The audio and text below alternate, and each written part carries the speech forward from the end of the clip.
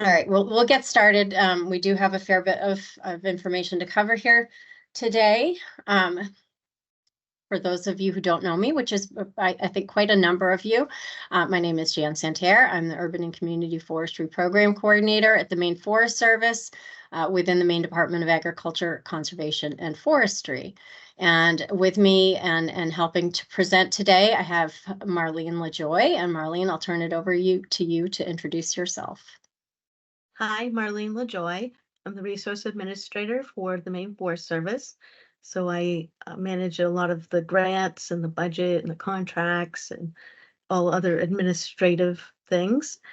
So today I'll be covering some of the grant rules and make sure there's a good understanding about what's required. Thanks, Jan. Very welcome. Thank you. We will get started with our slide deck here in just a minute, which is this presentation is going to be heavily focused towards that. Great. I see people introducing themselves in the chat. That's awesome. Again, just a reminder, if you're identified by a telephone number or a title and not by your name, if you could tap that into the chat or send me an email at jan.santerre@maine.gov. Let's see. Oh, and we are being recorded already.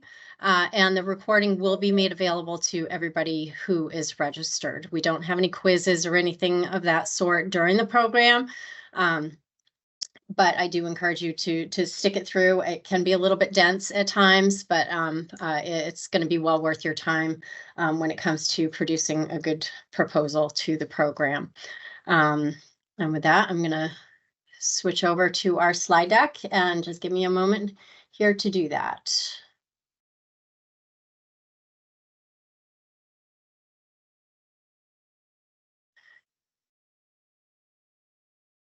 And, oh, I've got to share that. Okay.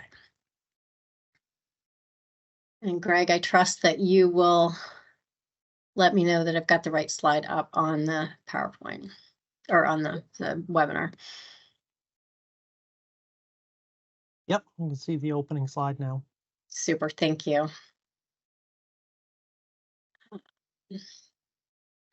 Well, great. Again, thank you for taking the time this afternoon.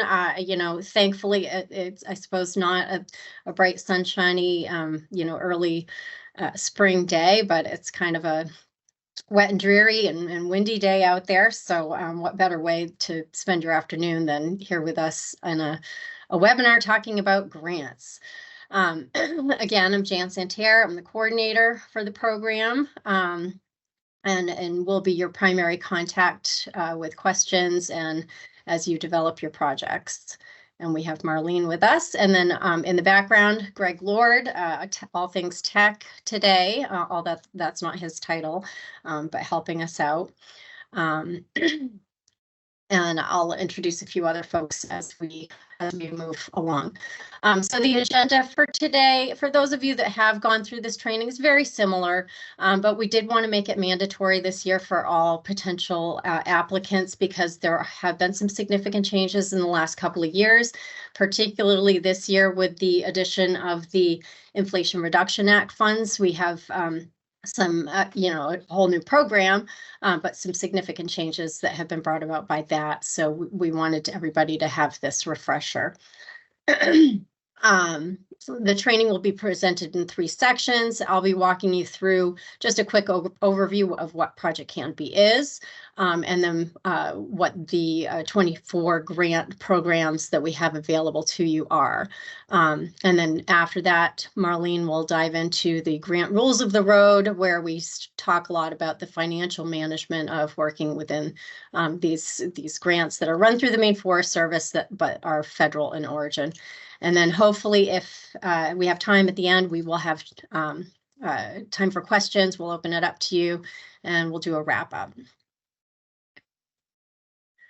So again, I've introduced us. I did want to say, I know that they can't unmute themselves, but we do have a couple other folks from the Maine Forest Service who are attending today. Our district foresters are a critical piece of our program and implementation. Your district forester is the person who's on the ground, and they work in communities in the urban and community environment across the state. So we have Jared Gregory here, who covers the western portion of Kennebec County, I believe. And then we also have Alyssa Gregory. No coincidence that they have share a last name. Alyssa covers more in the mid-coast area of Maine, and she's also standing in as our landowner outreach forester who helps landowners with forest stewardship in the state. We do also have other program specialists with the Maine Forest Service who are resources to you and the programs that you're developing, the projects that you're developing. We have Andy Whitman, who is our new climate resources manager. And then we also have Tom Gilbert, who works in the realm of water resources. Additionally, many of you have worked alongside our forest health staff. They are also tremendous resources to work in management of urban and community forests. So what is Project Canopy? Project Canopy is Maine's urban and community forestry program. It is a program of the Department of Agriculture, Conservation, and Forestry within the Maine Forest Service. The program was designed to strengthen the connections between people and our environment through providing education about the benefits of trees and to assist in providing expertise to towns and communities with their community tree and forest resources. The current program, as we call it today, Project Canopy, again, was initiated in 1990 through the Farm Bill. But the current shade tree program officially dates prior to the Farm Bill back to the 1970s, and previously can be found in references back into the early 1900s. So urban community forestry is not a new thing here in Maine. We've been working in that realm for a long time, but what we know about how to manage urban and community trees has changed a lot. What do? We work on a variety of projects in the state of Maine, including the Register of Big Trees. We manage the Tree City USA program, Arbor Day celebrations. We provide newsletters and other communications about urban and community forestry and shade tree care. Primarily, what we do is provide technical and educational assistance to the towns and communities that we serve. Our objective is to help towns and communities throughout the state of Maine to develop and maintain long-term community forestry plans in order to maximize on the benefits that trees and forests provide. We do that through a variety of means. Again, we provide technical assistance, and that's one of our primary services. Our staff offer hands-on technical trainings, education, and workshops throughout the year to communities and organizations working within this realm. And then lastly, and why we're here today, is we offer financial assistance through grants and other cost share programs to municipalities, educational institutions, tribal organizations, and nonprofit groups developing and implementing community forestry projects and programs. So we will dive into that.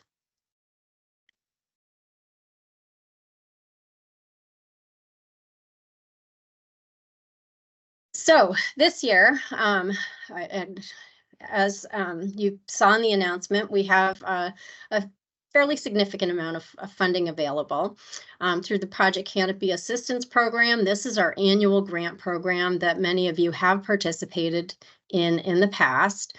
We have roughly $250,000 available for the current year. And we offer that program in two different categories: planting and maintenance and planning and education. In planting and maintenance, we cover things like tree planting, maintenance, and removal, and we keep it kind of specific so that applicants in this category don't have a whole lot to worry about. They can apply for up to $15,000 in the planting and maintenance category. And then the second category under Project Canopy is planning and education. There's a maximum of $20,000 award there. This grant focuses on sustainable community tree and forest management and efforts to increase the awareness of the benefits of trees and forests. And much as that sounds, it's fairly broad in its scope and what you can do within this category. And then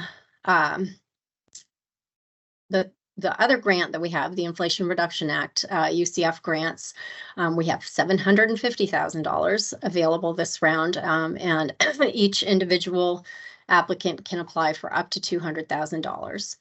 I wanted to mention at this point, this is the first round of IRA UCF funds that Maine will be making available. We will have another round of $750,000 made available, most likely at the same time that we offer the Project Canopy grants next year, but it will be within 1 year. So if you find that your project isn't fully baked enough to apply for the May deadline this year, know that there will be another opportunity to access these funds within the next year. So now I'm going to run through kind of some of the details of each of the different categories, and I'm going to jump sort of back and forth between Project Canopy and IRA. I hope it makes sense. This is, again, our first time with these IRA funds, so you're my trial run, I guess. So Project Canopy, a few key basics. We want to talk about eligibility. These grants are available to state, county, and municipal governments, tribal organizations, and they're also available to educational institutions and nonprofit organizations. With that, I want to focus on one thing, and that is benefit to the public and public access. Historically, with Project Canopy grants, we've only focused on public access and only allowed for trees and management to take place on property that is actually publicly owned and freely accessible. With the changes in the last couple of years, the allowances have become more broad in that we can allow for planting on private property, planting specifically, not maintenance or management on private property, but planting can take place on private property where there is a planting agreement signed with that property owner. So that's a recognition that trees are a benefit to the public, really no matter where they are, not just trees on public property. So that is one change this year. How much is available? Again, we have that $250,000 roughly that we've made available for this year. These are 50-50 matching grants, meaning that if you apply for a $15,000 grant, you have to come to the table with $15,000 in local dollars of your own. So in reality, we're talking about a $30,000 project, not just a $15,000 project. It's not just the component that you're requesting payment for. There will be a signed agreement once grants are awarded. That is between the representing organization and the Maine Department of Agriculture, Conservation, and Forestry. After grants are awarded, work can only begin once that agreement has been signed and returned to the Maine Forest Service. We have varying different timelines for the grants. For the planting and maintenance grants, again, recognizing that those are fairly simple, those should be completed within 12 months of the grant award. For planning and education grants, the timeline's a bit longer, recognizing that those are slightly larger in scope and more complicated. There's an 18-month timeline on those grants. And then with the IRA UCF grants, there is a 3-year timeline on those. And then reimbursement, Once the grants are awarded, recipients are reimbursed for satisfactory work completed within the grant period as described in the original scope of work. Grant funds are not provided upfront, which may be different than some of the foundations you've worked with in grants before. Most government grants are reimbursement based. Final receipts for reimbursement must be submitted along with verification of matching expenses and in-kind services. And we'll get a lot more into that particular down the road, particularly in Marlene's slides. And then on the slide there, I want to point out one last thing. This system for Marlene, jump in what the acronym stands for.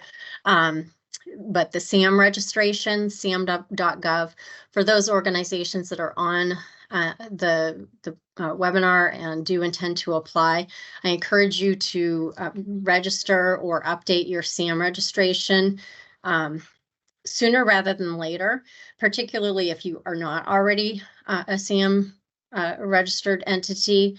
It can take a bit of time for that to come through, and we would like to have those SAM registrations done by the time that you apply. SAM stands for System for Award Management. It's basically a credentialing process. So, thank you. Yep. Lots of acronyms in government. We've got a few slides with just acronyms, acronym soup, we like to call it. So some of the IRA grant basics, basically, I'm kind of running through the same slide, but just focused on IRA. Here we go with,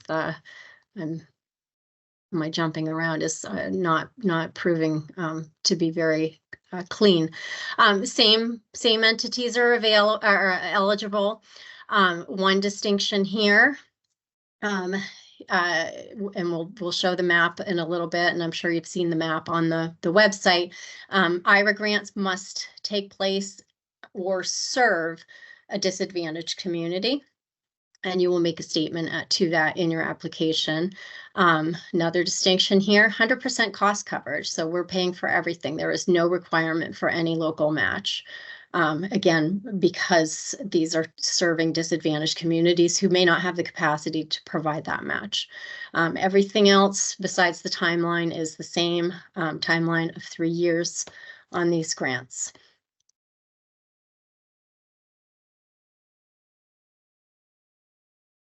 The Project Canopy grants are funded by the USDA Forest Service Community Forestry Assistance Program.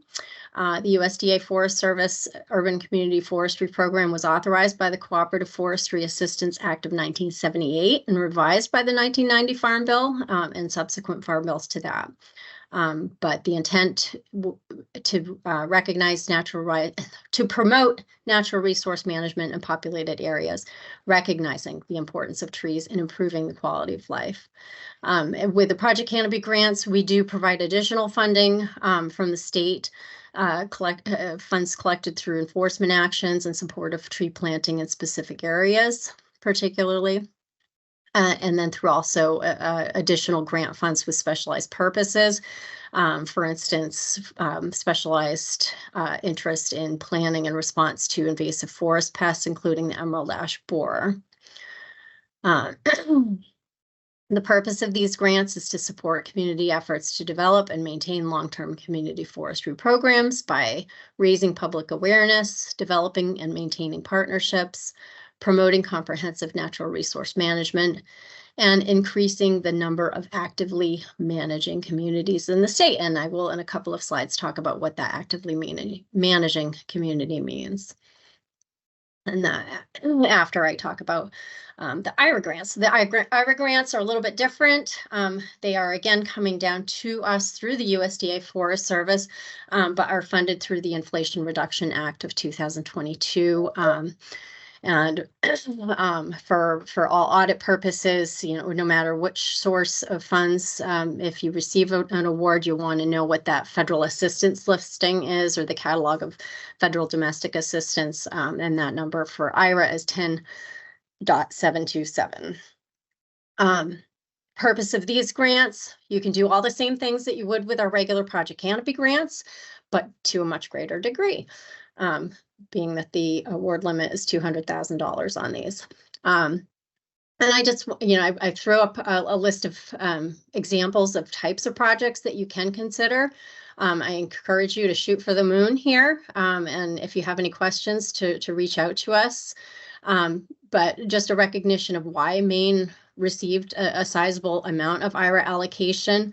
And that is because Maine runs a grant program for our communities on an annual basis. Any state that does not receive provide awards in community forestry did not receive an IRA allocation. So that was one of those sidebars. But then also it was a recognition of the fact that we have a significant portion of our state that is considered disadvantaged. And many of these places have a notable backlog of what we call deferred tree maintenance. Much of the state has done little to care for roadside trees and replace those lost to the elements since the ice storm of '98. And these funds will go a long way towards mitigating that problem. We don't want to wait for the devastation associated with the next big storm to do that level of work again.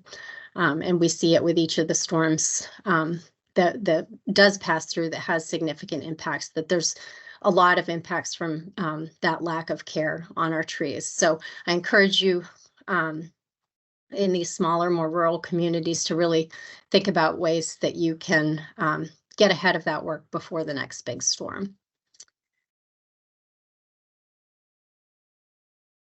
So what is an actively managing community? We use the acronym SOAP here in the urban and community program manager world. And that SOAP stands for professional staff, the staff, a tree ordinance or policy, a community forestry advocacy organization of some sort, and then an inventory and management plan, the plan being the P, so SOAP. And you do not have to have these elements already in place in order to apply for our grants, but you should think about how your project and the helps move you towards developing these elements. We do ask that you complete that community capacity checklist as part of your application. And it does not hurt you to not have any of those elements. It does not help you to have all of those elements already in place. It's just simply for our record keeping that we ask that question, but we do like to see it, particularly in your narrative, how you're going to move towards having these elements as part of your community forestry program, and how this project that you're working on will help you get there. Timeline, the grant announcement went out at the beginning of this month. We're doing the workshop here today. We've given you a very long window to develop your applications. Normally, applications would be due sometime in March, but we are spreading that out and giving you lots of time. So you've got until May 15th to get those into us. There are no exceptions for late applications. I'm pretty flexible, but that's one thing I'm not flexible on at all. And then I know in the guidelines, I advertised that we try to have those turned around by the beginning of June. I think that's overly optimistic. So I'm changing course on that a little bit and saying by June 1st to 15th, we will have awards announced. And then again, only work can be commenced once that agreement has been signed. I wanted to point out too, I didn't put it here on this slide, but we do have office hours that we have scheduled every 2 weeks. So not next week, but the week following, those office hours start. And you can join those meetings. Those are already linked on the website. And I encourage you to chime in there with any questions. Just, if you want to discuss your project, what have you. And I may be bringing in a few other resource professionals on those on occasion to just talk about specific types of projects. So let us know how we can help you.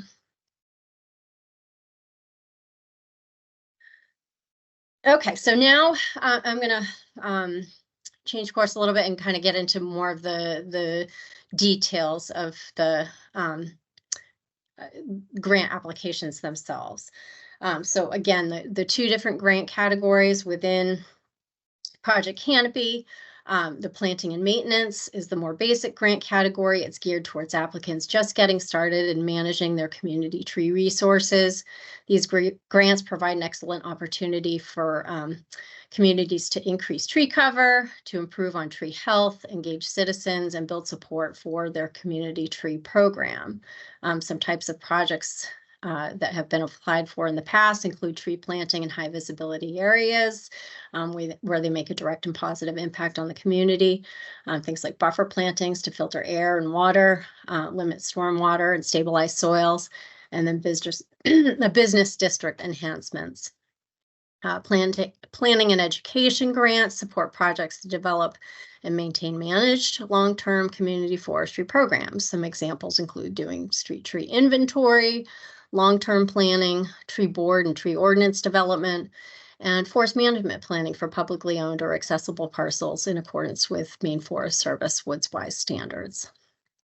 And again, all applicants are encouraged to call Project Canopy to discuss their project ideas. So the application forms themselves, new this year, we're trying to be a little bit more systematic in our record keeping and how we're doing things. So we do have this common application form, which is really quite simple, and it's really just a summation of the application forms that you likely have already downloaded from the website. You want to fill out those forms before you go ahead and fill out this common application form, because you're going to be just pulling information from those PDF forms that you've already completed. This is really just to help us track grant submissions and also to ensure that we have received your submission. We have had instances in the past where things have gotten lost when they come directly into our emails, put into spam or what have you. So this is a way to help prevent that.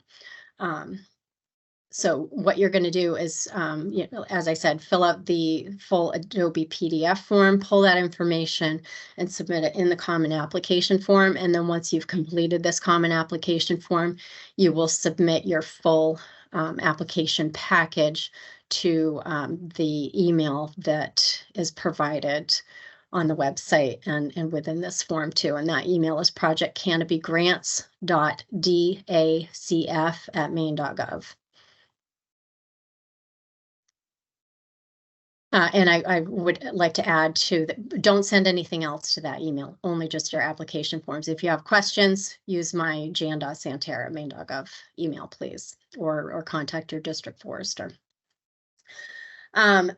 So application forms, fairly simple in nature. This is the application form for the planning and education grants. Up at the top there, you have your basic organizational or community information, some summary budget information, and then a project abstract on the front page there. And then the front page of the planting application, even a bit more simplified. All of that community information is provided up there in the top half of the form, and the budget is the bottom half of that form. And the budget is kept fairly simple for the planting and maintenance grants. Second page of all of the applications outlines the additional information that you need to include with your application forms, including the narrative, a detailed budget if you need to provide more detail than what is in the provided form budget, your maintenance plan, and any letters of support. And then, your signatures and the instructions for how to submit the rest of your application. The budget for, I should step back just one second and say that the IRA grant application form is almost identical to the planning and education application form. I will run through that too, or what those differences are, but when I'm talking about in this component here, talking about the planning and education grants, those are going to look almost exactly identical to the IRA application forms, including this sheet here, the budget form. So the budget for planning and education and for the IRA grants, there's 7 categories for spending on consultants and services, educational and promotional supplies, tree planting and maintenance are all included here on this front page. Column A is for your reimbursable expenses, column B for your non-reimbursable, and column C is the total of those two. I usually point out here that you do not need to match line item for line item. All of your reimbursable costs can be in trees and consultants and services, and all of your match can be elsewhere. Again, for planning and education for IRA, there is no requirement for match. Second page of the planning and education budget, this you will see a difference on the IRA budget, outlines expenses in your administrative costs, your volunteer labor, machinery and equipment, and donated materials. So your staff costs within the Project Canopy grants are not an allowable expense, as would be any volunteer contributions or donated materials. I also here link several resources that are online for establishing values of volunteers and materials, particularly. When it comes to staff, you would use established rates for those staff people, but for volunteers that can be a little bit more tricky. So the independent sector is kind of the recognized go-to for establishing what a volunteer is worth these days. And nationally, I will say, I just checked this just before jumping on here, the national rate right now is $31.80 for a volunteer's hour time. And in Maine, the most recent values that they have up on their website is $28.89 an hour for a volunteer's time. And then the other resources here for the Bureau of Labor Statistics, the State Department of Labor, and FEMA is used for establishing equipment donation rates. And then lastly, all other costs that don't fit into any of the other categories would appear here on the last page, and the form will automatically tally up the different columns for you. So we've tried to make that a little bit simpler so you don't have to do any math. The budget for tree planting and maintenance, again, simplified. It's fairly limited to just trees, planting, and maintenance costs and associated expenses. The columns on the right are for your grant expenses. I'm sorry. Columns on the left are for the grant expenses. The column on the right is for your non-reimbursable match expenses.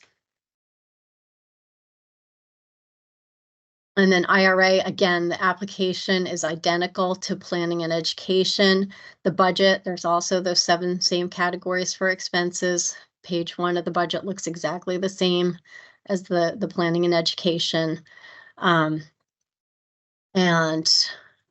only differences you're going to find here are in that salaries, fringe, and overhead costs for staff can be included in the IRA funds. So, but those should be project related and not just general in nature. We have not blocked out the applicant's share component of the budget, as it's not disallowed, but it is not required. And then again, last page of the budget is exactly the same. And I don't know, Greg, where this came from, but there's already $1 in that form somewhere. And I should have mentioned on the other ones again, planning and education grants, you can apply for up to $20,000 in reimbursable expenses. Planting, you can apply for up to $15,000 in expenses. And the IRA UCF grants, you can apply for up to $200,000.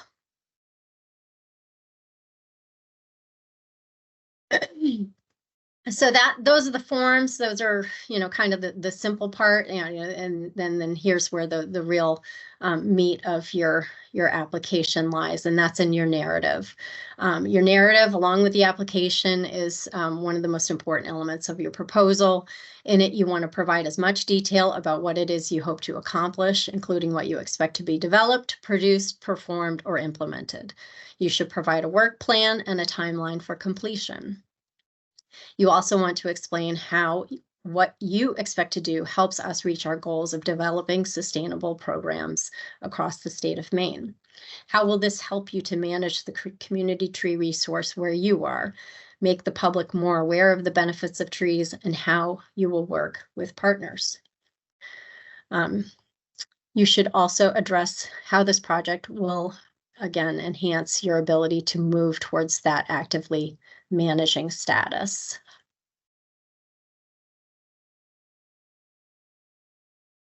Where work is taking place on the ground, you want to include a project map or plan, planting locations, addresses, photographs, anything like that. When it comes to the IRA grants, we are asking that you provide the census tract numbers that are in the eligibility map where on the ground work will be taking place, or where you will be serving a disadvantaged population.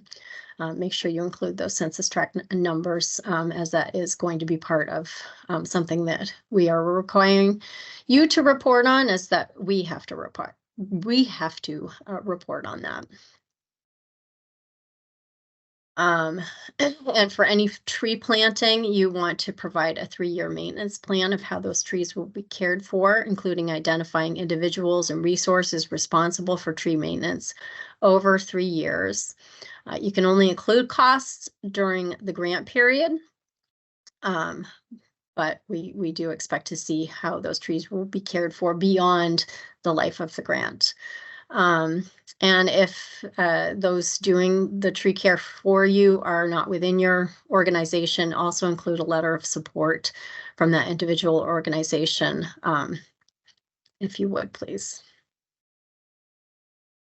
And on to letters of support.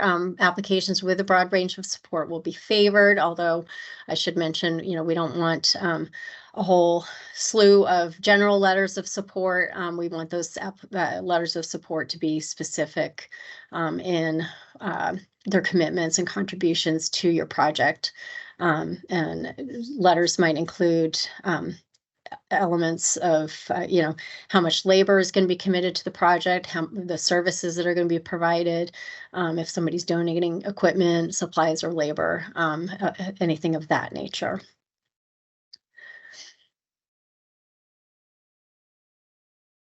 Again, that community capacity checklist, that's in each of the applications on page 3. Just fill that out. It has no bearing either way on your success if you are, have all of those components, or you have none of those components. It really just helps us with our record keeping. And again, for the IRA grants, this is exclusive to the IRA grants. This is a very colorful, pretty map that has been done by our GIS folks. And this is an aggregate map of 3 different tools that we are allowed to use for identifying disadvantaged communities. The primary tool that's been used is the Federal Council on Environmental Quality's Climate and Justice Economic Justice Screening Tool.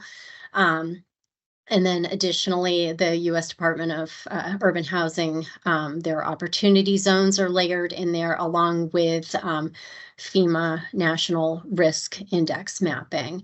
So I'm glad that we were able to add those 2 others beyond the Council on Environmental Quality, the CGES tool, because that did bring a number of other communities in that weren't identified as disadvantaged. But again, this is specific to IRA. If you are applying for a Project Canopy grant, you do not need to focus on this. Any community in Maine is eligible for the Project Canopy grants. The IRA grants are focused on those that will either have a direct impact within those CJust identified or the disadvantaged tracks, or they will serve a population that resides in those tracks.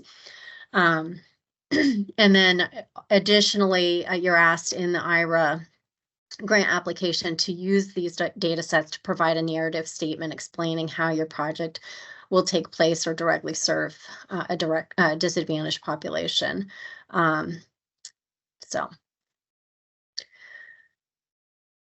that kind of concludes my portion of the presentation. Just some final suggestions. Again, make sure you make that deadline, May 15th, 11:59. That portal for applications will shut down.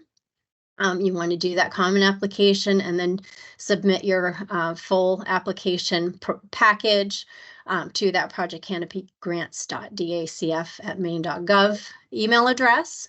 Make sure you do your homework, involve the community, proper authorities within your community to make sure that you're being completely above board and transparent with what your intentions are. And call with questions. We're happy to try to answer project specific questions. And certainly you feel free to call anytime, but we have set aside those dedicated office hours too.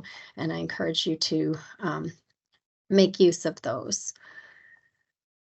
So before we head into the dense portion of the financial management, I just wanted to take a moment to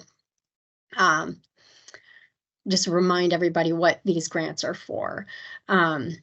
It's important to remind ourselves about why this program is available. Its intent is to plant trees and to grow the urban and community forest, and in whatever way that means to you. It means something different, no matter, depending on where you are in the state. If you're in downtown Portland or if you're in the St. John Valley, that urban forest is going to look very different. But the real intent is to grow our tree canopy and to create a tree canopy that is an asset to our community. We don't want to grow a tree canopy that's a liability and as a burden. We want it to be an asset.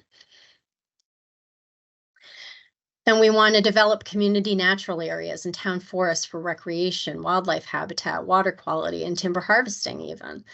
We want to keep our community woodlands actively managed and open to the public, and we want to teach people about the importance of these resources. And lastly, but not least, but perhaps most importantly, this program is about fostering relationships and encouraging participation in the care of our natural resources in our communities and across the landscape. So with that, I am going to hand it over to Marlene. Thanks, Jan. Did you want to wait for questions at the end of the entire presentation or address any now? Do folks want to take a break for questions? What do you think, Greg? I had suggested wait until the end. Okay. Well, yeah, sorry. I know I keep hearing things beeping up in the chat. But yeah, we'll wait till the end just to make sure we get through everything. Okay. Thanks, Marlene. All right. Thank you. All right. So I will be covering the grant rules of the road so that everyone understands what's expected with this grant program. These are the topics we'll go over: the umbrellas of authority, financial management, the match required, audits, grant modifications, procurement, reporting. So we'll get into those subjects next. All right, these are some of the things that hopefully will be answered. What are the rules or restrictions of the grant? What can it be used for? The deadlines, record keeping, and match. Here are some grant words of the day that you may have seen or heard of. They're all related to grants, but we'll be focusing on some of these in the next slides so that everyone's aware about what's allowable, reasonable. We don't want to have any waste or fraud or anything. Here are several acronyms that you can refer to on this slide. In this list includes SAM, System for Award Management, and that you register at sam.gov if you haven't already. So feel free to refer to these anytime that is needed. The umbrellas of authority are broken down into this hierarchy of law, starting with at the national level, the federal law, U.S. Forest Service, and then the Cooperative Forestry Assistance. The Urban and Community Forestry falls under that. And then also included is Maine state law, the Maine Forest Service, and then any local laws or procedures you have in your local area, as well as your own procurement procedures.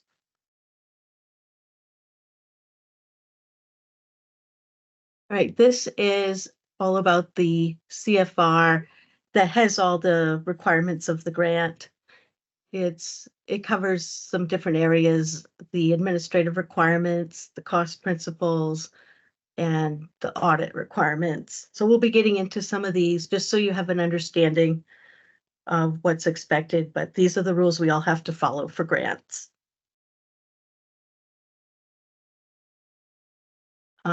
This is what I just covered, but this also provides the section numbers in this manual. It covers it in these breakouts.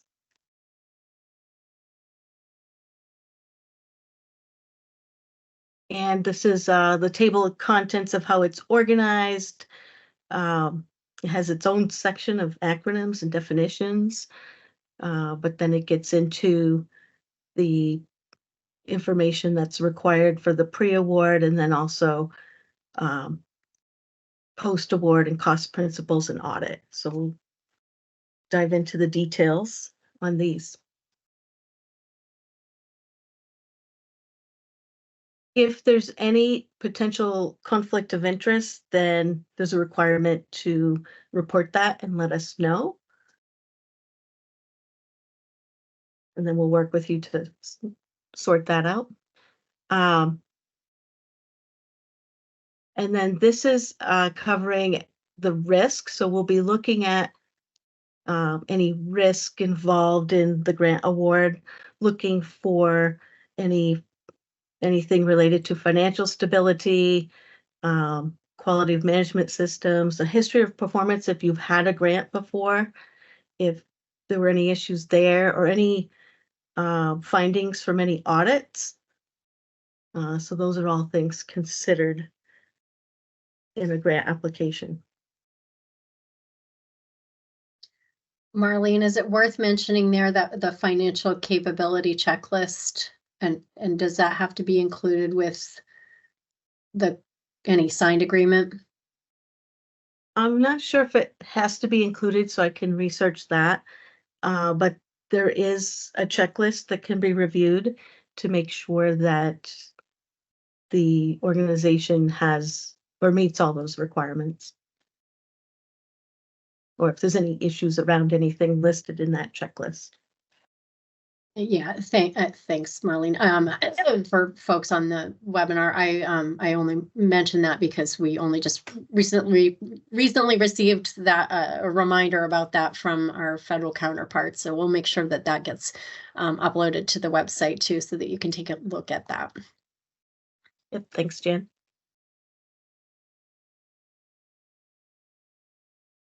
I think we covered all this information.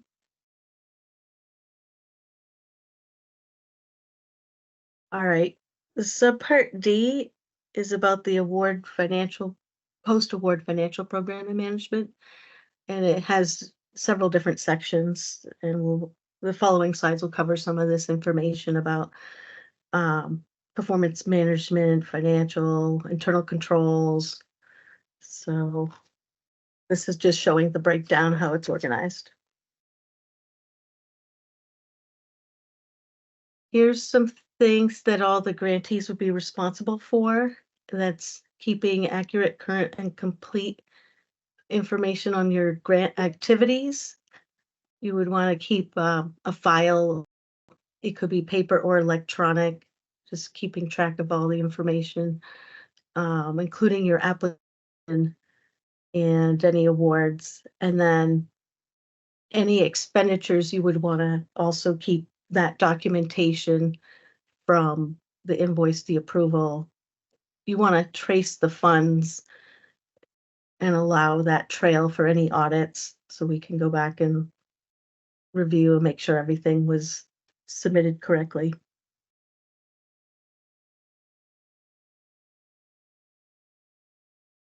There are 7 characteristics of financial management systems.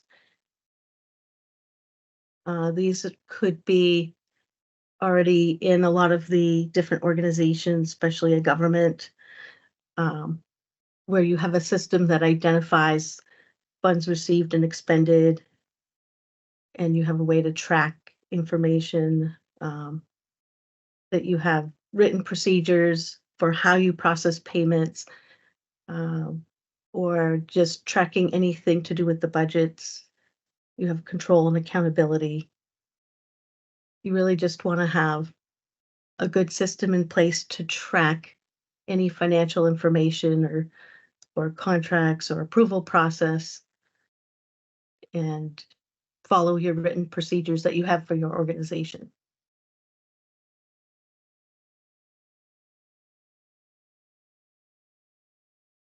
More on financial management, internal controls. That's where you would have separation of duties so that one person isn't approving everything. So you have checks and balances. So if someone's approving an invoice, maybe there's somebody else approving a contract, or just to have some separation so it's not all under one person. And then you want to have a chart of accounts, the ability to track expenses and ensure that the expenses are allowable under the grant, and leave a clear audit trail.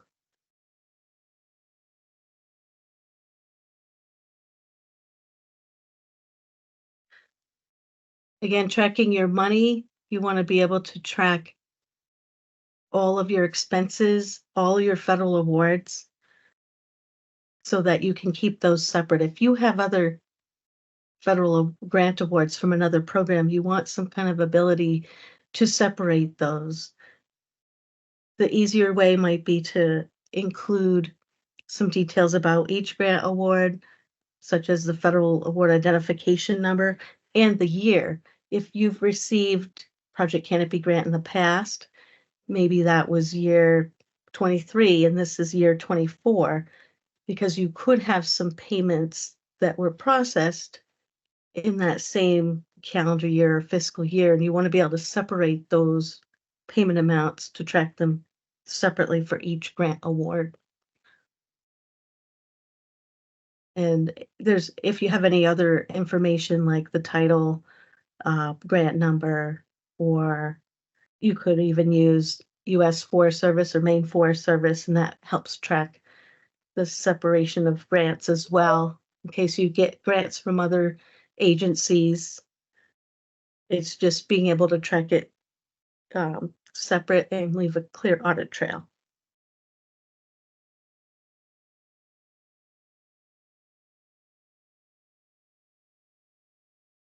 This is a sample expenditure tracking sheet.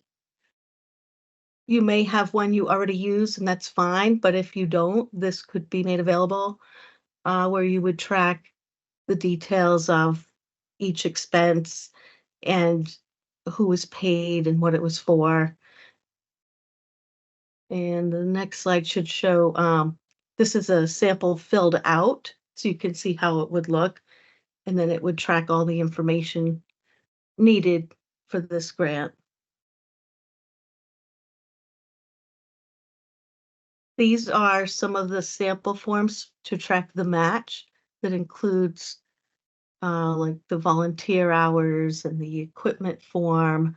And as Jan mentioned before, there's websites to get what the equivalent rate would be for some of those expenses. And then you can use this sheet to track it.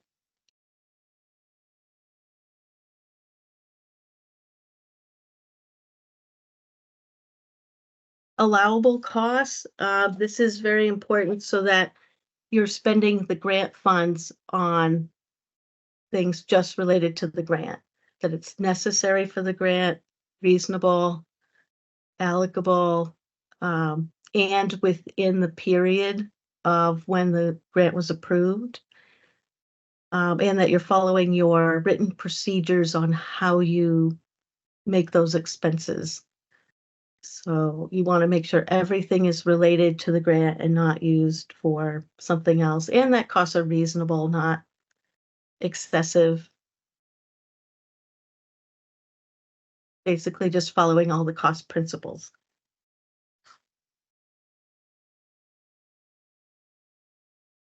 Unallowable costs include things that are incurred for purposes other than the grant, or they're maybe outside of the grant period.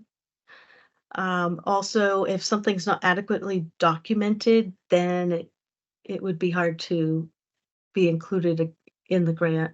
So you want to make sure everything that you're expending has enough detail to show what it was for, so we can see it's related to the grant. Or if something wasn't listed in your grant and you did something above and beyond what you had in your application and your narrative. Another one could be you didn't have enough match. So in order to request reimbursement for the full amount, you have to show that there's enough match for that 50-50 requirement.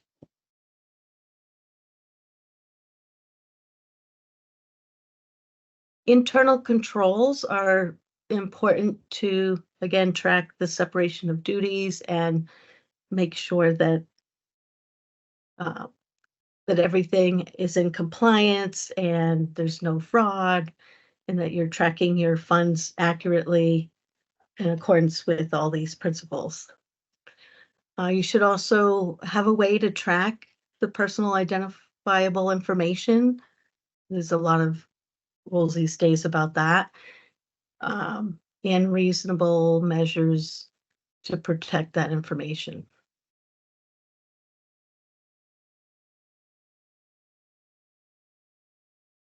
For part of the internal control would include not having pre-signed checks, having a second signature over a certain amount. We do in our state system.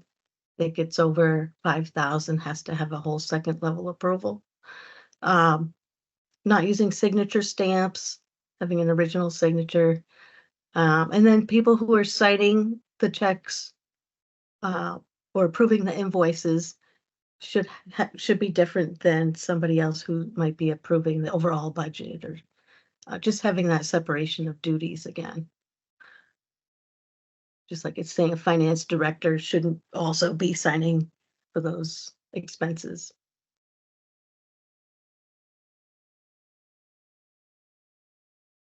Any match used against the grant must be verifiable and be able to be tracked and related back to this grant. If whatever you use cannot be used on a separate federal grant. So if you have another award from another agency, that match can only be used once, can't be used in multiple grants. If there is program income, you have to have prior approval first in order to use that. The in-kind, there's certain things allowed, and that is shown on those sheets for tracking, but you have to, any in-kind use has to be documented and again related to the grant and within the grant period. So once the grant's approved, then anything in kind that's related to the grant could be used in your project. Again, it's 50-50 for UCF, Urban and Community Project Canopy grants, and for the IRA, Inflation Reduction Act grants, there is no required match. And then the total cost is both, as Jan had mentioned before, both the federal and the match together. And all of your costs related to the grant that are either federal or match should be necessary and reasonable to accomplish your project.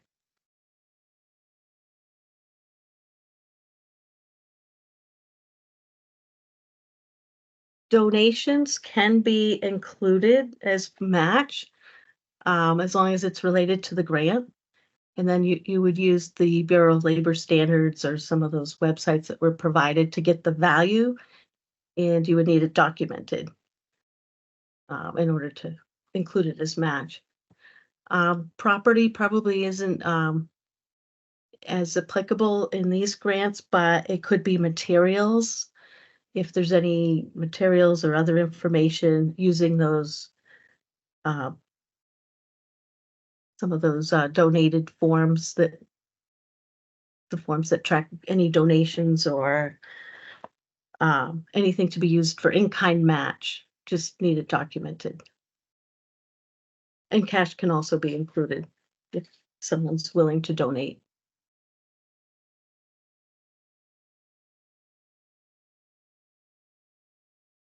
So there could also be third-party contributions that are not cash, but again, they need to be necessary, part of the grant, tracked in your records and within the time frame.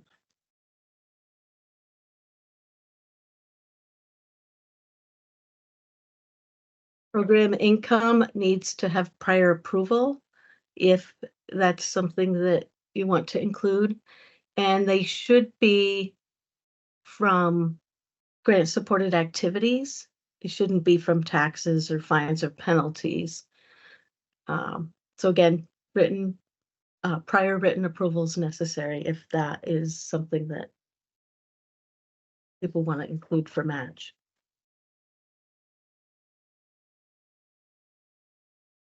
Anything that is done with this grant should have a view of leaving an audit trail so that there's a clear way to track all the expenses.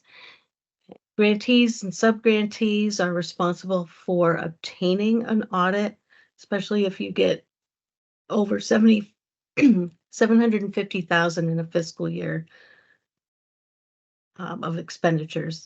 So that would be a requirement. If you get other federal grants and it totals 750,000 or more, you would then need to request an audit for your expenses. And any audit findings that were found would need to be reported back to us. I'm going to jump in here too for a second, and only just to say that the IRA funds are being treated by the U.S. Forest Service very much like they will be audited. So it provides, it gives us a little bit of an elevated sense of needing to be extra careful with those funds. So I just wanted to pass that on. That we want to be extra careful with those IRA funds in recognition of the likelihood that we will be audited, as will those files associated with any subgrants that we make. Yes, thanks, Jan. So these are some things that they may look for in an audit. Were the costs eligible under this grant, allowable, reasonable, within the time frame? Were they charged to another federal program that would be not allowed because you should only be using the funds for what was approved in the grant in your application? And then do you have proper documentation? And are you consistent with your procedures? If you're following your written procedures, then usually that's a good thing and covers a lot of things they might look for. But this is just a list to refer to make sure you're on track.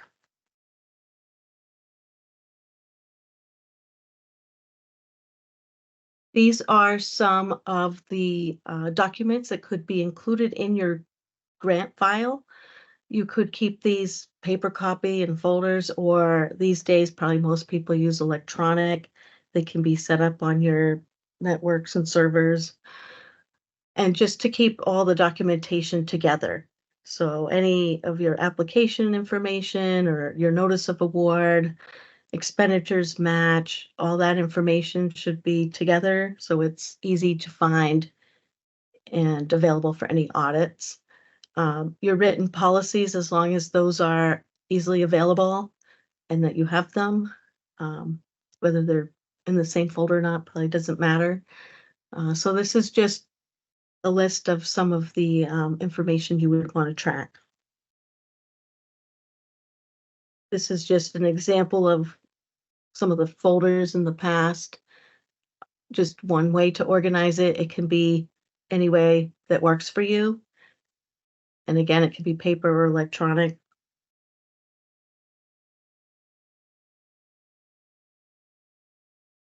Narrative statement, Jan covered this. This is one of the more important parts. It's the sales pitch where you explain the need and the goals and objectives, how you're going to get there, your timeline, who's involved, and how you're going to monitor and evaluate. And then your budget should reflect what you've explained in your narrative. This grant does not allow any equipment over $5,000, so that should not be in the budget.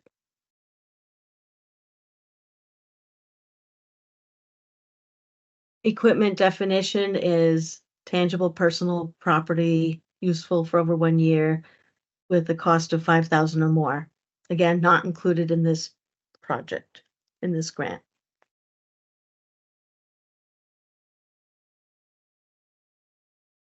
Again, keeping accurate records to reflect all the work performed.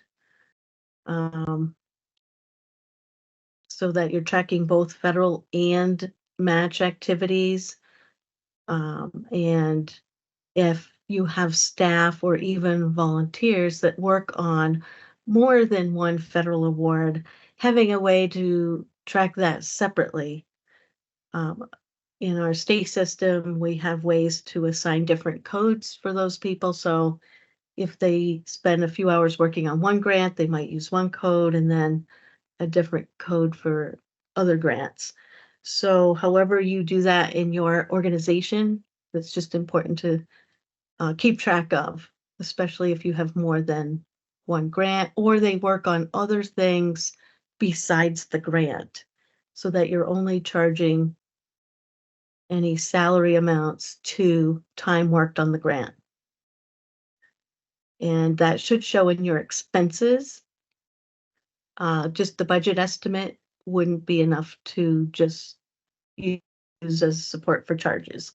You should have a way to have that information, whether it's an automated system or some kind of payroll system that can show those expenses.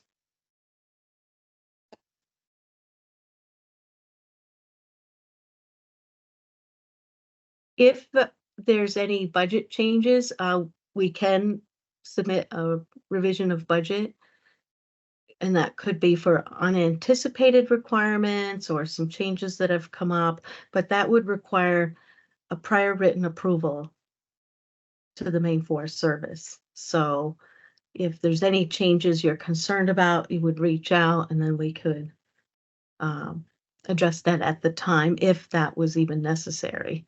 There haven't been too many that I've seen over the last several years, so I don't think it's usually an issue, but there are times, especially with the new funds that have a larger amount, that could come up possibly. But just know there is an opportunity if needed to modify the budget, but it would need a written approval.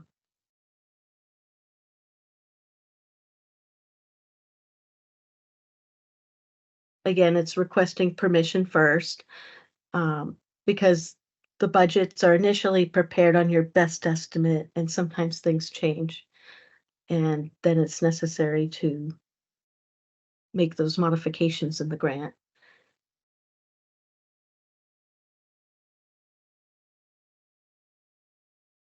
And it could include the change in the scope of work or your objectives.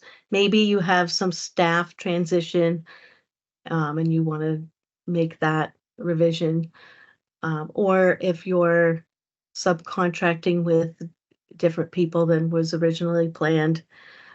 Anyway, all the changes that would be included would be submitted before the end of the grant date, when it's done. The earlier the better, so that there's time to make the changes before you make your final expenses and request your final reimbursement.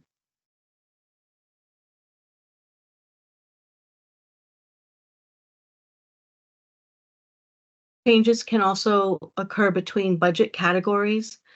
So if you had more funds in your budget that were set aside for contracts, but now maybe you need more in the staff category, so that if it's more than 10%, it would need to be included in some kind of budget modification. Or if you had indirect costs that changed, or you wanted to put more in indirect or direct. Indirect is basically your admin overhead. Or if there's any change in the matching, any matching details. That can all those changes can be included in some kind of amendment modification. Grant extensions, I'm not sure are gonna be allowed, but we can review that if needed. But any revision requires pre-approval, and it must still maintain the same intent to support the overall program and must be allowable costs that are within the grant. And then once we got that, we would review it. Yeah, we're generally pretty flexible with extensions in order to make sure that projects are successful, but they have to be within the confines of the grants that we have received. Right. So, like for instance, with the IRA grants, we have a 3-year timeline on those awards. And potentially, there could be extensions if those are required for project success, but we wouldn't be able to move beyond the ultimate deadline that the Maine Forest Service has with the U.S. Forest Service on those grants. So there does come a time where we have to be rather inflexible, but in the past, we've been able to usually work with the grantee to set a timeline in order to see project success. Thanks, Jan, for explaining that further. So yeah, I was thinking of the U.S. Forest Service deadlines.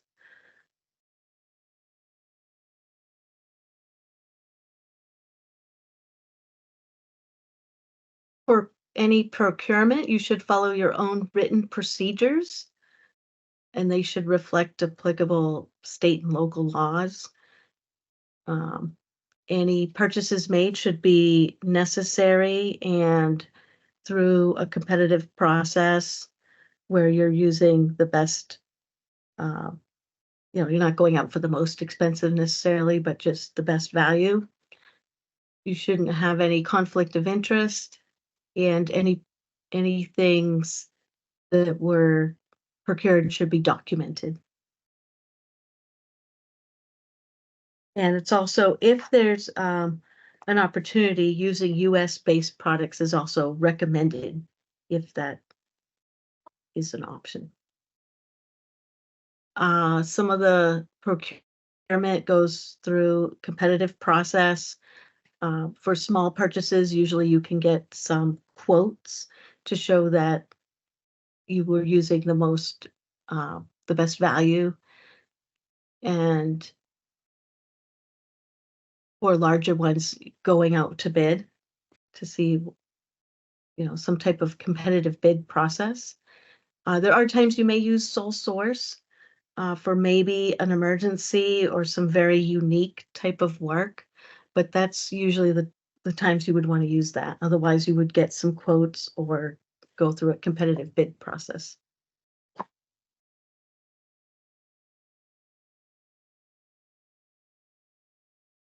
You are also responsible for monitoring and reporting your program performance, maintaining compliance with the applicable federal reporting, and what you've achieved with your performance goals.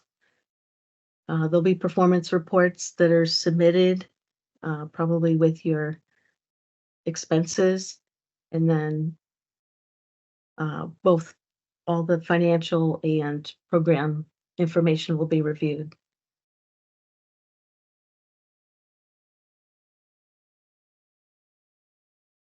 This is a certification that should be on any of the reimbursements that you're sent forward once you've had your project expenses, that they're accurate and to the best of your knowledge, complete, and that everything followed the terms of the federal award.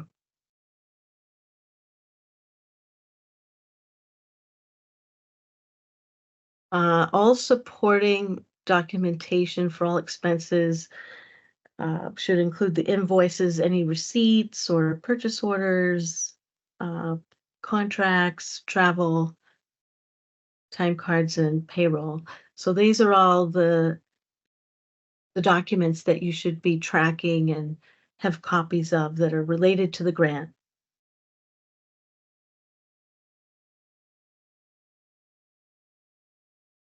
Again, you should follow your written policies at your organization as well as local or state, and for procurement using specs and bids and quotes, sole source when needed, avoiding conflict of interest, and tracking your time and attendance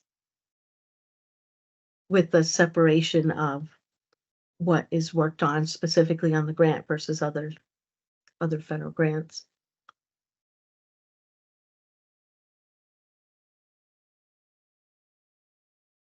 You should also make sure you're compliant with the grants.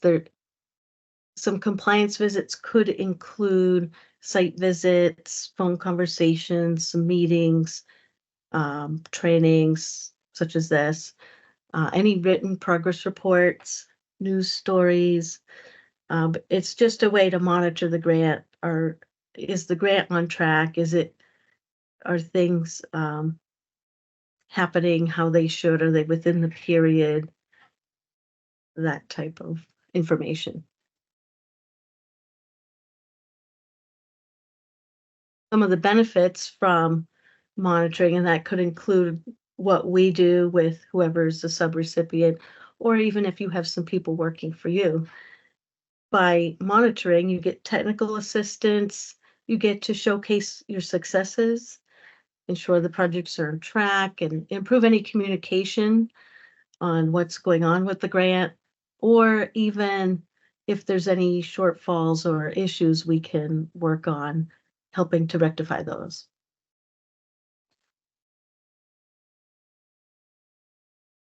Some things just to proceed with caution: supplantation. That would be if you had these funds, but you had some other expenses come up and you decided to use the funds for something else. You really want to keep the grant award for what the intended purpose is of that grant. You don't want to shift the costs anywhere else. Using fair market value for contractors, consultants, getting pre-approval for program income, meeting the match required, making sure you have enough, and excessive spending at the end of the grant. It's better not to wait till the very end, because that doesn't leave much time for any adjustments if needed. So trying to get your grant expenses submitted with some time to allow for any other corrections that might need to be made is better. And then keeping track of all of the records related to the grant.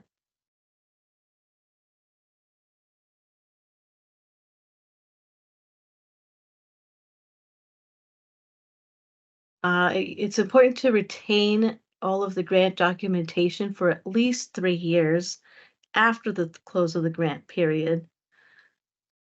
And that's everything related to the grant, the financial information, supporting documents, any records you have related to the grant. After the 3 years, then it can be disposed of in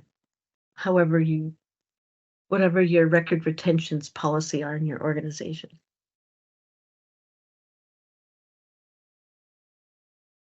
Civil rights and credit, there is a civil rights brochure that is available. This highlights that there is no discriminating of race, color, national origin, sex, age, disability. So we want to make sure that we're highlighting that and following it. There's a website there as well.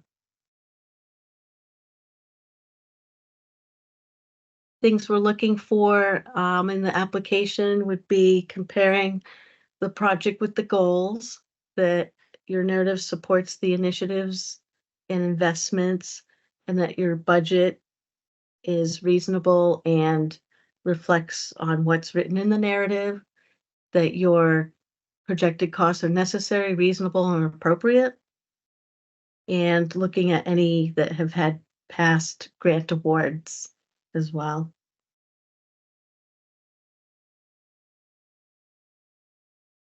And I also wanted to mention, as far as the IRA funds, that if there's something going on where you have an ability to display that the project with information, that you could mention that it was supported with U.S. Forest Service funds.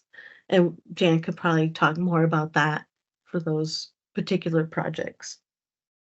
Yeah, with the IRA funds, I mean, generally with all of the grant funds, we ask that, if there's any signage or any opportunities that are where your funds are being directed towards publications, et cetera, that, obviously an acknowledgement of where the fund sources came from is required. There will be probably some specific signage requirements that are associated with those IRA UCF funds. And we're just learning ourselves. I mean, we knew that there would be signage requirements, but we're learning what those will look like. And, maybe that the state receives funds, or we dedicate some of the funds that we've received through the program to come up with just standard signage that we then provide to you, or we may require that you come up with your own. I will make an effort to make sure that we keep it as simple as possible, and not putting more work on you as the grantees to come up with something unique in each setting. Unless, of course, that's what you want. But yes, there will be signage requirements associated with the IRA funds.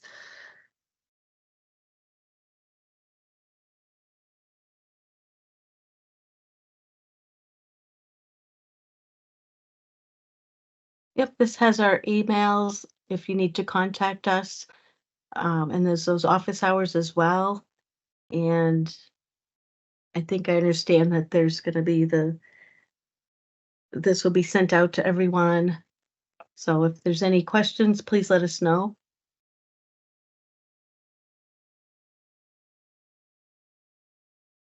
Websites if you want to dig further into some of this information that was covered today.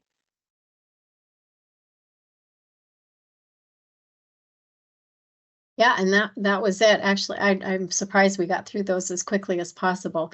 But I'm gonna shut off the slideshow unless somebody wants me to go back to a specific slide, but I don't think that's probably the case. And we can open it up for questions. You can pose your questions in the chat if you would like, or I think we can take you off mute if necessary. But we'll start tackling those questions that we have in the chat. And I would say, at this point, if you want to drop off, you need to drop off, you can, but oftentimes the questions and the conversations are where you get the most valuable information. So if you can stay on, I think it's helpful to learn from others. So Greg, if you could help monitor the chat, I don't know that I can. And I'll leave it to you also, Greg, if you're able to take people off mute. Let me see, Mike Hurley, I see that you have your hand up. Let me, I'll unmute everyone. Okay. Or at least now you can unmute yourself to ask your questions. Okay, great.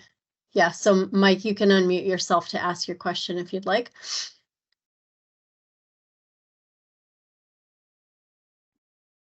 Can you hear me? I can. Great. Thank you for all the information. Very exciting. Quick question. Are we going to be able to get a printout of this material?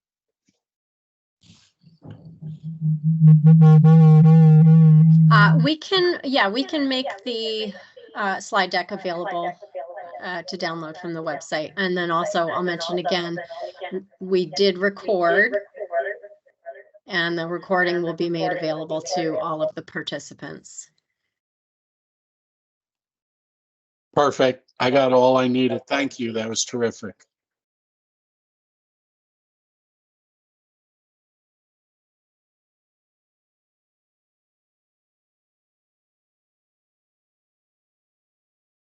All right, sorry here. I'm trying to navigate my team screen to see who else has their hand up. Ina has her hand up. If you want to unmute.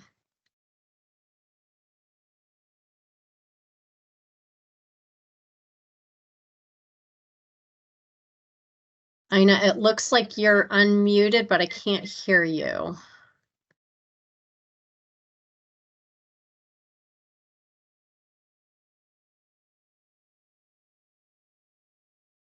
Okay, we'll come back to you, Ina. Mary Blackstone, if you want to unmute, you can go ahead and ask your question. Thanks very much for this, Jan. I'm assuming you can hear me? I can. Good, great. So for the IRA grant, is it possible and or advisable to include expenses for hiring somebody to manage the project, obviously within the 20% administrative limit? Yeah, that would be the limitation. And I didn't mention that in the overall talk, but yeah, under the IRA grant, you are limited to 20% in administrative costs. So yeah, you could hire somebody certainly to help with administration. I know what, I'm looking at doing the same thing here because this is a lot for what traditionally has been a relatively small bare bones operation.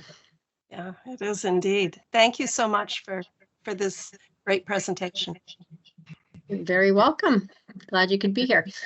Ina, are you able to unmute now?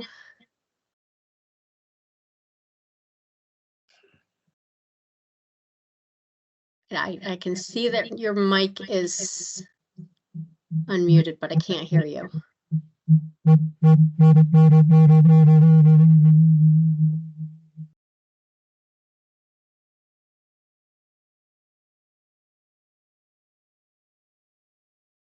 And do you want me to try to go down through the questions in the chat? Yeah, that would be great. Yeah. I'm getting some feedback when it looks like Irvin maybe is unmuted too. Or if you're not asking a question,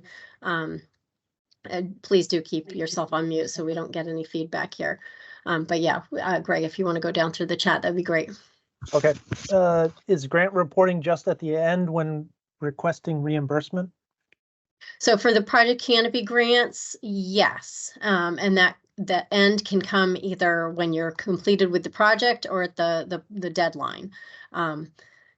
Historically, that's been the case. We can entertain doing partial reimbursements. The grant allowances have been increased again this year. Historically they were much smaller, $15,000 and $20,000, particularly if you're a small organization. That's a lot of expenses to incur to wait till the end. So we can entertain partial reimbursements.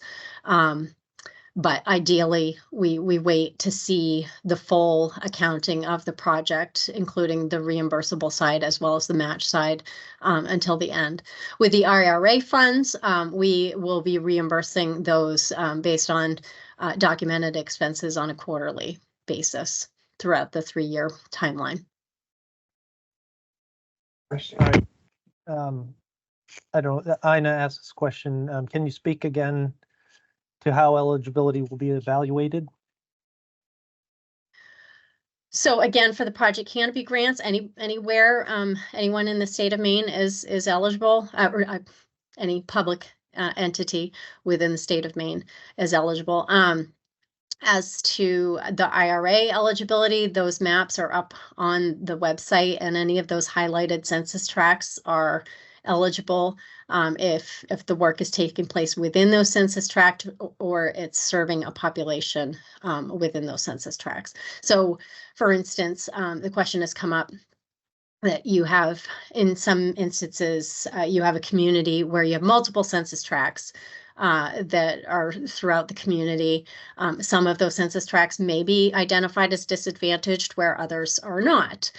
Yet you have one school system that supports the entirety of that community. So if you have a grant that's going to that educational institution, or it's providing benefits to the students within that community, you want to document that how that project is benefiting those disadvantaged census tracts, even though it's taking place on a larger footprint throughout the community. Similarly, any type of planning. Planning can take place throughout the community, but you want to identify within that plan how you're going to focus efforts to improve tree canopy, tree equity, tree health, and public health benefits particular to those census tracts that are identified as disadvantaged, to the extent that you can. I know it's hard when you're speculating on projects. But for those communities that are not wholly in or wholly out of being identified as disadvantaged, that would be how I would approach that. For communities that are just one census tract and you're either in or you're out, unfortunately, you're kind of out of luck if you're out when it comes to the IRA grants. The next one is, can you say what the difference was between the two different volunteer rates, federal and state, which to use with Project Canopy? Yeah, I didn't go into that. It doesn't matter to me. What you want to do is use the rate that's consistent within your community. I would say in most cases, that's going to be the rate that is considered the main rate, not the national rate. But, if you're working with your local community and you want to check in with them. Most communities are receiving grants through other organizations and entities, and would potentially be using an established volunteer rate for those volunteers. You want to use whatever that established rate is. Similar with nonprofit organizations, most of them are using an established rate. So try to use that. Yeah.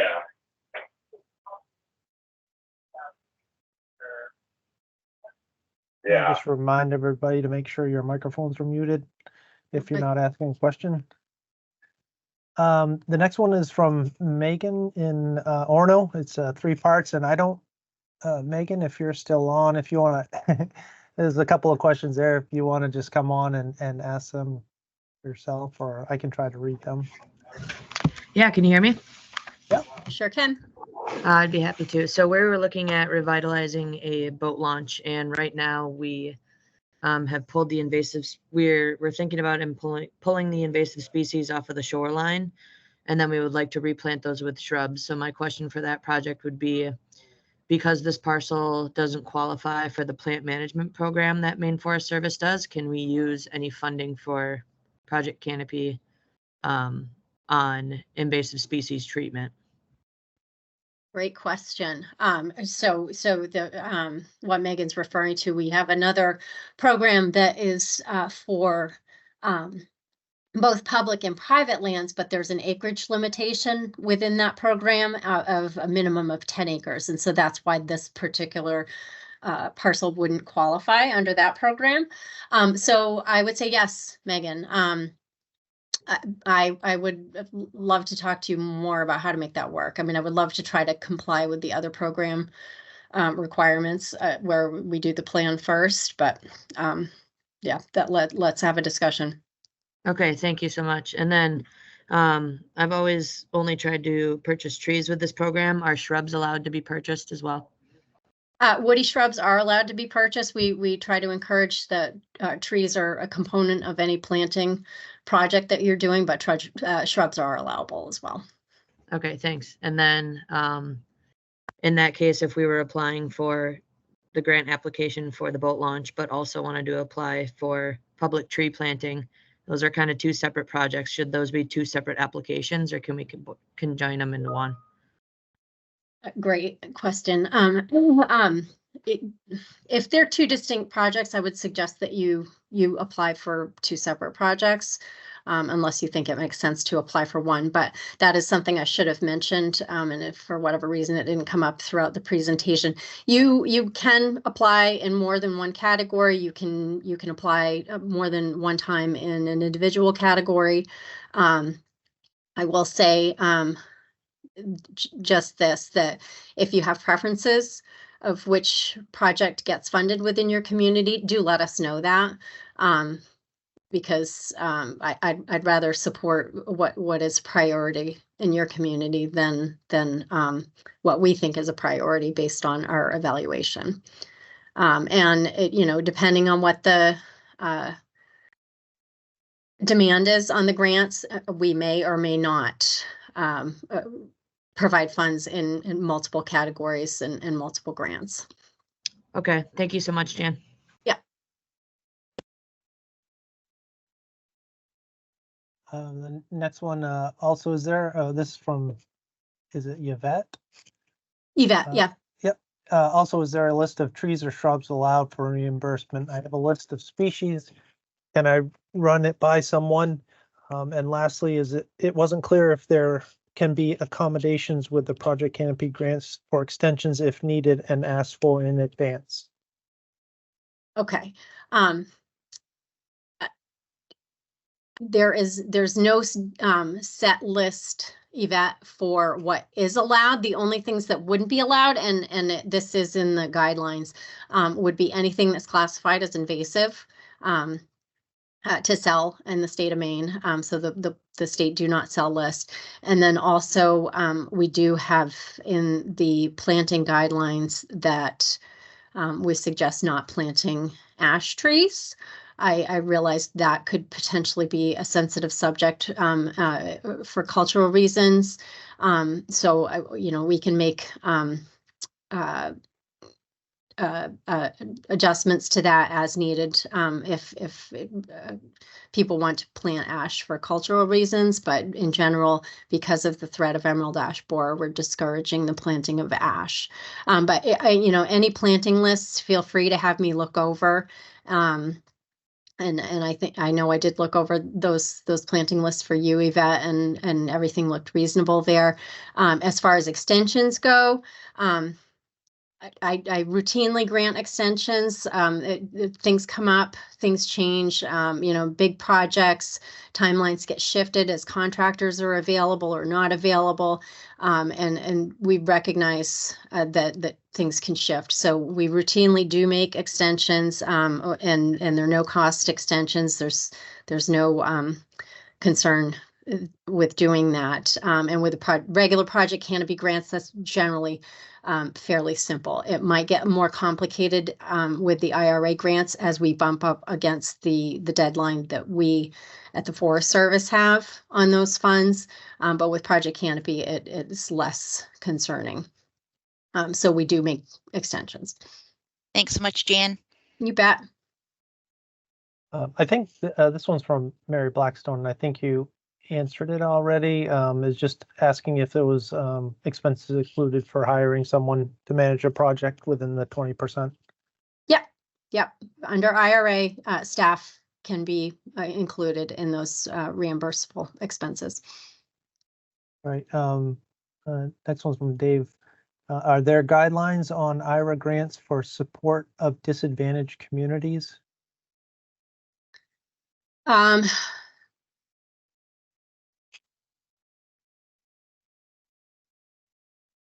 Dave, do you want to expand upon that at all?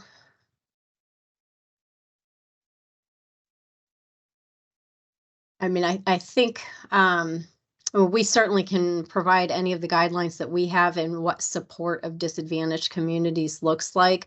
You know, we have taken the tools that are available to expand upon the communities that are identified as disadvantaged here in the state, and you know, I think we can be fairly flexible, but when it comes to serving a disadvantaged population and where work is not taking place specifically in that tract that's identified as disadvantaged, we want to have a conversation about what that looks like.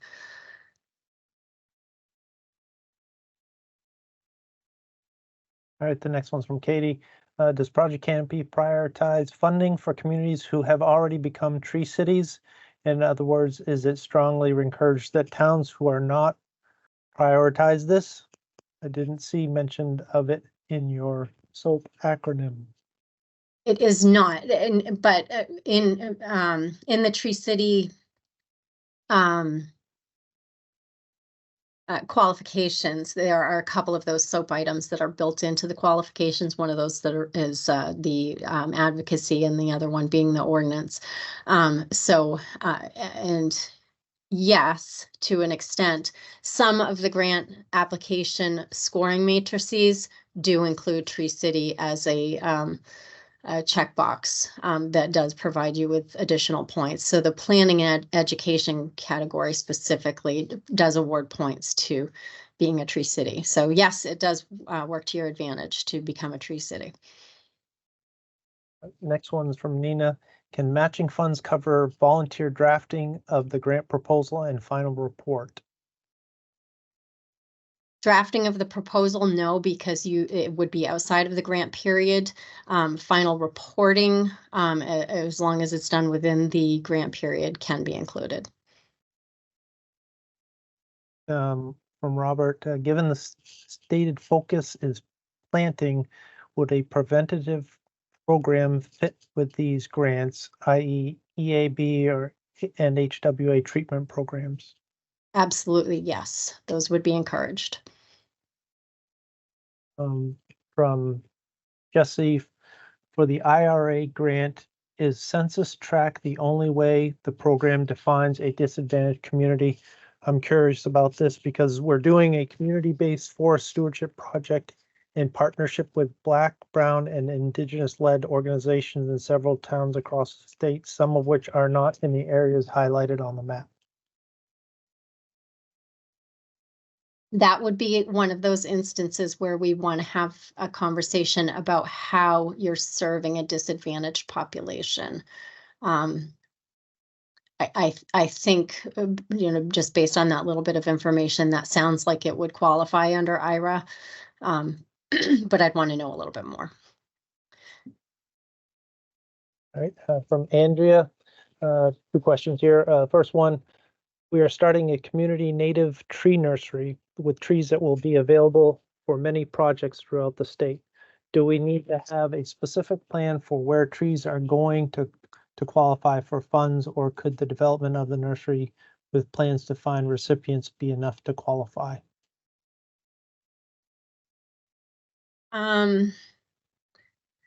We've supported the development of nurseries for very specific purposes, like to serve an individual community or a grouping of communities in the past.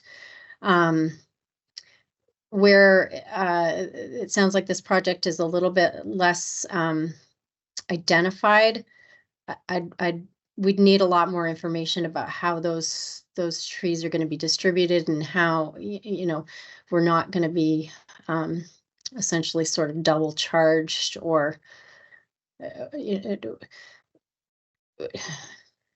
I'd want to know more about the entity that's developing the nursery and how they're distributing the trees to say whether or not that is a good fit. All right, and the second part, or the next question from her, does an organization with over $750,000 in expenditures have to have an audit done before applying a qualification requirement, or is that a requirement only after grant funds are awarded? And is the audit requirement only for the IRA grant, or does it apply to the Project Canopy grants too? I'll answer the second part of that. I want Marlene to jump on and answer the first part of that. If an audit is done, it's done on all of the federal funds, not just IRA. That has relation to federal funds in general. And so an organization receiving federal funds, and this could be across a range of programs. So, you know, most municipalities hit this threshold pretty quickly with, you know, funds for transportation, fire, public safety, et cetera, pretty quickly. But yeah, so if an organization is hitting that threshold of receiving over $750,000 in federal funds, then that would trigger the audit requirement. But whether they have to have it beforehand, Marlene, you want? Yeah, I don't think they would, because I think it's like after, because I don't think it's part of your grant approval process and deciding awards. So to me, that means it would be after they're awarded, then we would want, like, it doesn't mean you have to wait to do it, but if they get awarded and they have that, there would be an expectation that that would be met. Right. That's how I understand it. Okay. Hopefully that answers that. All right, the next one's from Robert. Will the responses to the chat be available in written form? And I'll actually take that one. I'm pretty sure this is being recorded as well as a transcript is being generated at the same time. So as long as we're talking about what's in the chat, it should be recorded in written form as well. Next one from Ina. Would a town be eligible to apply for a canopy grant? There will be more available and more intensive forestry grant. Is that an advantage or disadvantage?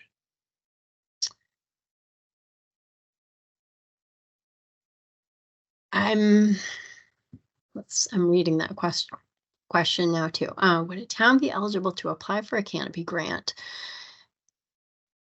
and a more intensive forestry grant? I think if the question is if you're allowed to apply in more than one category or you know, more than once in the same category, yes. Is this an advantage or a disadvantage? Again, just prioritize which is your preference. Not knowing what the requests are going to be, I don't know if we'll be able to meet you know, all of the requests, or if we'd be able to support more than one grant in any individual community. So I encourage prioritization of you know, which is more important for you to receive, and particularly if there's, you know, many grantees have, you know, they kind of build out grants in phases. So if one is contingent upon the other, then, you know, of course you want to make the one that is the going to be built upon the priority. And I can see the chat now, Greg, so I can answer those in order. So Lee asks, has any land trust used these funds to support a community wood bank? Lee, not historically, but as you know, listed out in the IRA list of possibilities, urban wood utilization is one of those projects that is encouraged, and a community wood bank would fall under that categorization. So it is certainly an eligible activity. Can more than one entity jointly apply? Yes. I'd have to probably work with Marlene on how the budgeting would work for that. And I probably want to know a little bit more what the justification is for doing that. But you know, different entities can certainly collaborate and work together, and that is encouraged. So I would say I'd like to know more, but it sounds like it's possible. Sean asked, we're in a land trust in 6 towns and need to write new and update old forest management plans.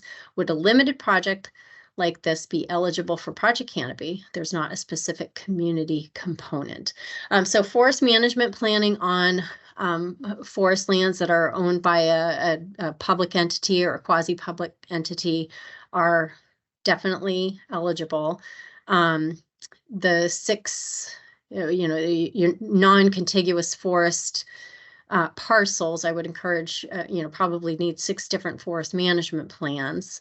And you could include all 6 of those in one application. But yes, those would be eligible under Project Canopy, under the planning and education category. And let's see, Robert says EAB programs, and is that in relation to the previous question about more than one entity jointly applying? And I would say yes. Yeah, we could work on that.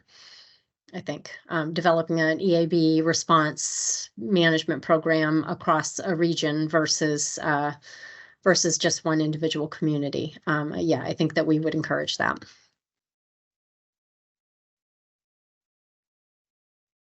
Jan, I don't know, Ina had one up there about Hancock County is rated on FEMA maps overall as low risk, but likely does not take into account recent storms and impacts along the shore. Does this current rating make us ineligible?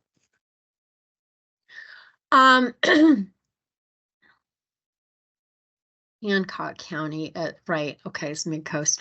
I just recently looked at those maps, Ina, and yeah, it is kind of surprising how little of the coast is rated as low risk. And all I can say to that is, I don't know, I don't work for FEMA. We do have some folks here within our Maine Forest Service that have a good relationship and strong collaboration with our state emergency management agency, and I can follow up on that question if those are going to be updated to take into account recent storms.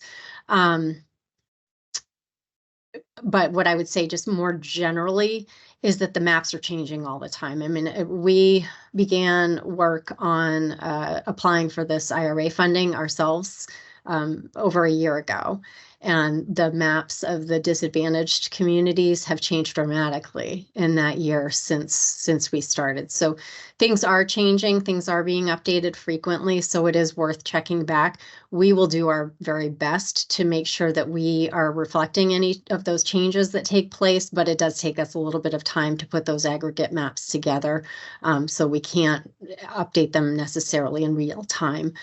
So that is why we provide you those base maps that make up our aggregate map, so that you can check on those too. And if you see that there are disparities between our aggregate map and the base maps that we're using, I encourage you to let us know that information.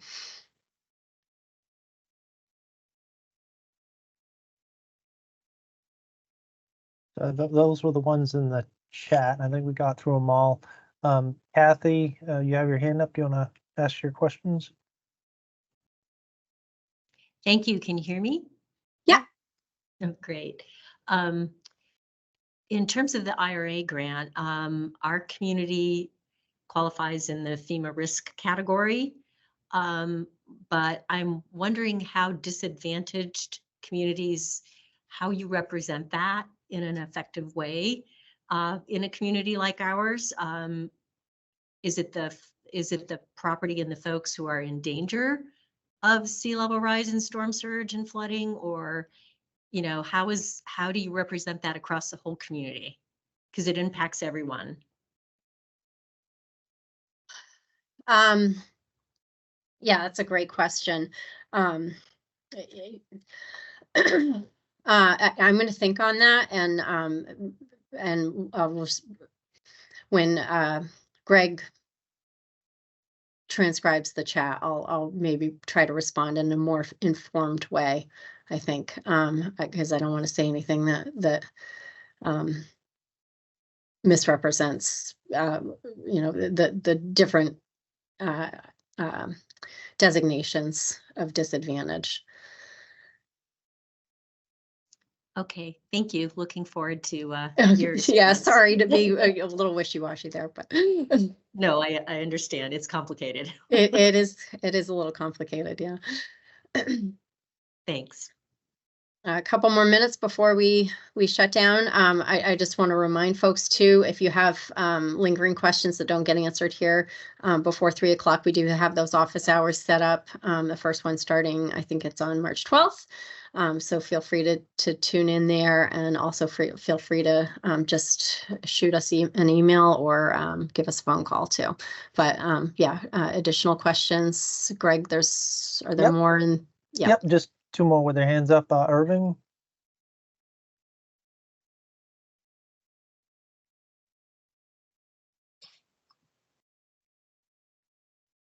Irvin, it looks like you're unmuted. Can I ask?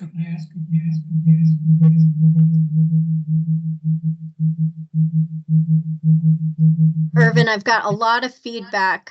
If you could get maybe closer to your microphone, that would be helpful. Can you hear me now? Barely. Barely. Okay. Wow. But go for it. Yeah. I seem to be registered twice. Let me get out of one of these here. That would be why we're getting feedback. Yeah. Okay. We don't want to plant something. We want to try to save something we already have. And we would like to know if we could use Project Canopy grants to try to save our hemlock trees in our community lands from the woolly adelgids.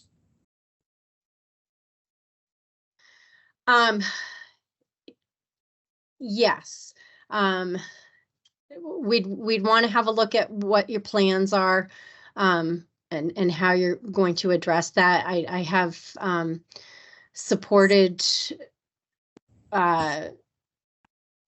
doing hemlock woolly adelgid treatments in kind of confined cultural landscapes, but across a larger landscape of woodlands, we have not done that through our grants in the past.